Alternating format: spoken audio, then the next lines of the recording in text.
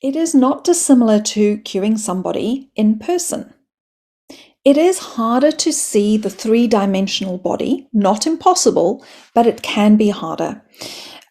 So I think the first thing that we need to address is, how is the room set up where your client is? I like to ask my clients to put their mat on an angle towards the camera so that the head is furthest away and the legs are closest. That way, I can get a bit more of a feel for that three-dimensional body.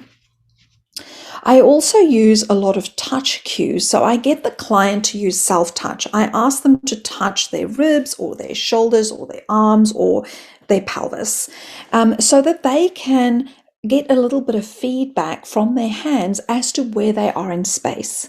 So it just excites the brain a little bit, and it tells the brain what the outline of the body is. It's a bit like a child's coloring in book. We want to create that awareness for the client. And so when you physically can't touch or see your client three-dimensionally, you can get them to use touch to help create that outline so that with your cueing techniques, you can color the picture in. But you've given your client the parameters of their own body. So I tend to cue probably more generically when I'm teaching online, so that I can help people find their position first. And then I might give more detail, and I will add in imagery cues or directional cues.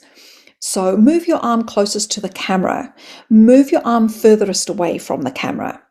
Move your arms to the cabinet behind you. Stretch your leg to the door in front of you. So I use cues from the room rather than using left or right.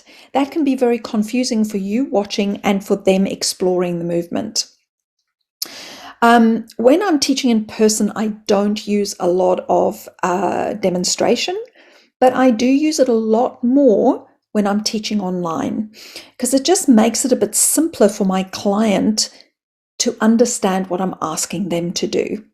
So I might just demonstrate the movement once, and then I can continue teaching them.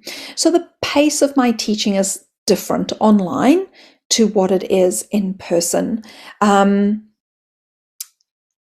sometimes I find it takes longer for my client to process some of my instructions.